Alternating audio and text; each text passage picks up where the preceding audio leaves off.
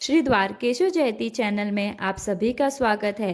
कार्तिक मास कथा का 5वां अध्याय। श्री गणेशाय नमः। पृथु बोले, हे मुनि, तुमने कार्तिक का महाफल वर्णन किया है, अब महीनों के स्नान की विधि और नियम कहिए। नारद जी बोले, हे राजन, तुम विष्णु के अंश से उत्पन्न हुए हो, तुमसे कोई बात छिपी नहीं है, तथापि मैं नियमों का वर्णन करता हूँ। अश्विन मास के शुक्ल पक्ष की एकादशी से सावधान होकर कार्तिक के व्रतों को प्रारंभ करे।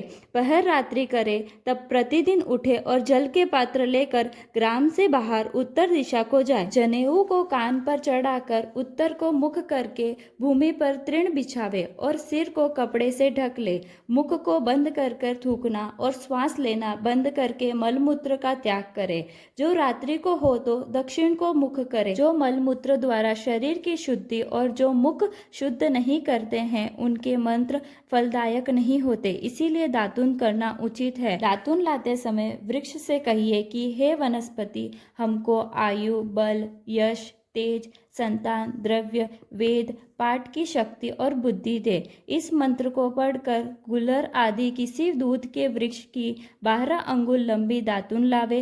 व्रत के दिन ऐसा न करे। प्रतिपदा, अमावस्या, नवमी, षष्ठी तिथियों और सूर्यवार और चंद्रमा सूर्य ग्रहण के दिन दातुन न करे। कटेरी, संभालू, कपास, पीपल, वट, अरंड और गंधहीन वृक्षों की दातुन न करे। तदंतर विष्णु और शिव के मंदिर में प्रसन्नता और विधि पूर्वक पुष्प, गंध, तांबुल ले जाए। वहां भगवान की पाद्यादि से स्तुति करके नमस्कार करे और भजन गावे। देवालय में भजन कीर्तन करने वाले विष्णु स्वरूप होते हैं। जैसे सदयुगादि में तप, यज्ञ, दान आदि भगवान को तुष्टि देने वाले हैं, वैसे ही कलयुग में भक्ति पूर्वक भजन कीर्तन मोक्ष देने वाले होते हैं।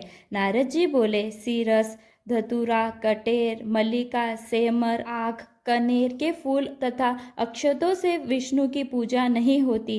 जयकुंद, सीरस, चमेली, मालती, केतकी आदि के फूलों से सूर्य की पूजा लक्ष्मी चाहने वालों को करना उचित नहीं है। यथा योग्य विधि से देवताओं की पूजा करके भगवान से क्षमा प्रार्थना करे कि हे सुरेश्वर, हे देव, मैंने मंत्रहीन भक्ति की और क्रियाहीन पूजन किया है, वह परिपूर्ण होवे। फिर प्रदक्षिणा करके दंडवत करे, फिर क्षमा प्रार्थना करके गान करके समाप्त करे। जो कार्तिक की रात्रि में विधि पूर्वक विष्णु और शिव का पूजन करते हैं, वे अपने पूर्वजों सहित निष्पाप वैकुंठ को चले जाते हैं। इसी प्रकार 5वां अध्याय समाप्त हुआ। ओम नमो भगवते वासुदेवाय। जय श्री कृष्णा।